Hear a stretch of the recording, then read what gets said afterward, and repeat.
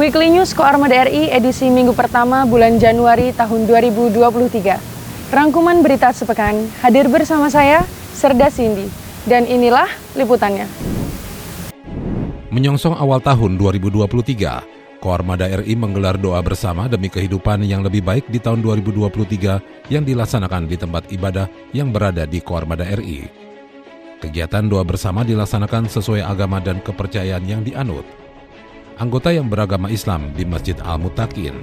Sementara untuk pemeluk Nasrani, doa bersama dilaksanakan di Gereja Bahtera Kasih.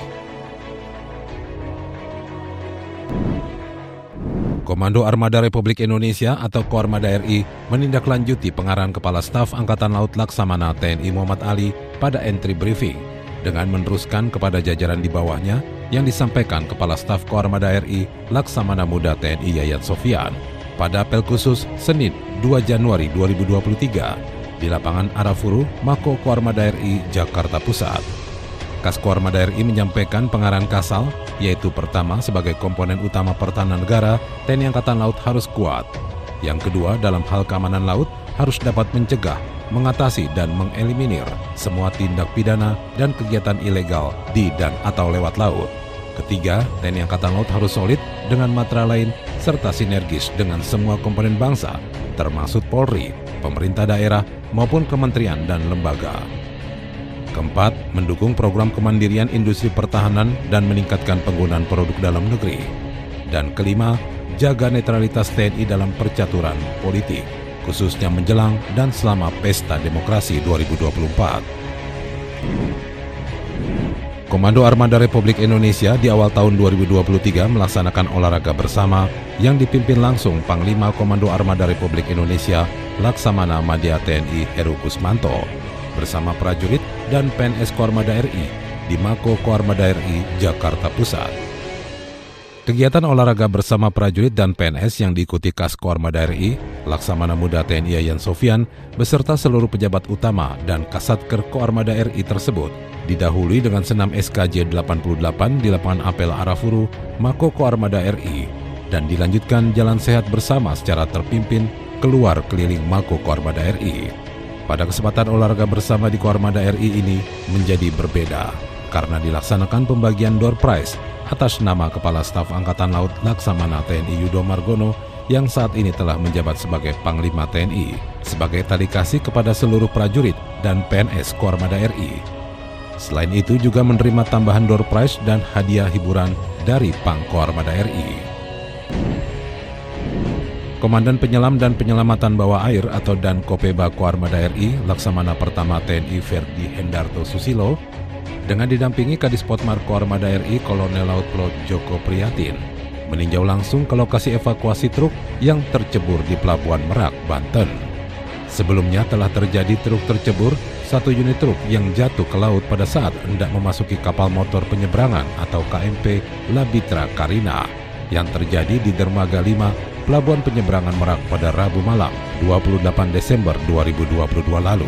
Selanjutnya TNI Angkatan Laut melalui Pangkalan TNI Angkatan Laut atau Lana Banten dan Dinas Penyelamatan Bawah Air atau Dislambair Koarmada 1 yang berkedudukan di Jakarta mengirimkan 11 penyelam yang dipimpin dan tim Mayor Laut Teknik Triheria dan telah berhasil menggeser posisi truk ditarik ke kedangkalan yang tidak mengganggu operasional dermaga sesuai dengan posisi yang diinginkan pihak ASDP.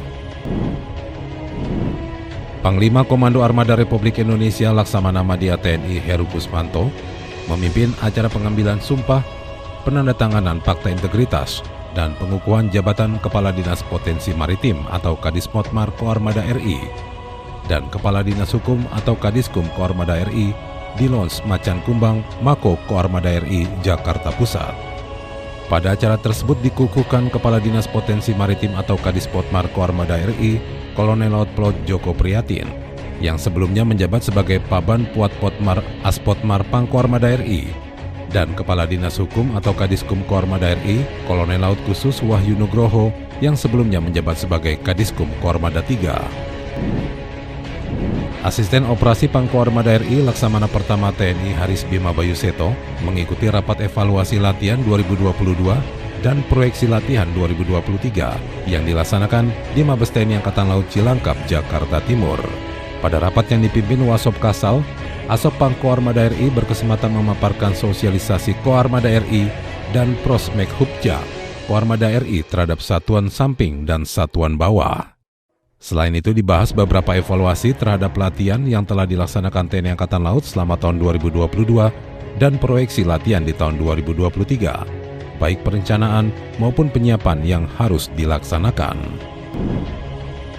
Panglima Komando Armada RI Laksamana Madya TNI Heru Kusmanto menghadiri acara syukuran dalam rangka memperingati Hari Ulang Tahun atau HUT ke-60 Korps Wanita Angkatan Laut atau KOAL di Auditorium Denma Mabesal Cilangkap, Jakarta Timur.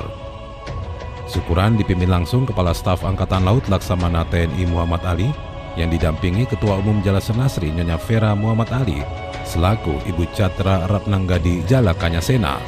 Diikuti seluruh KOAL di jajaran TNI Angkatan Laut secara tatap muka dan video conference atau VCON dengan tema profesionalisme dalam mengabdi, siap mendukung Indonesia pulih lebih cepat, bangkit lebih kuat.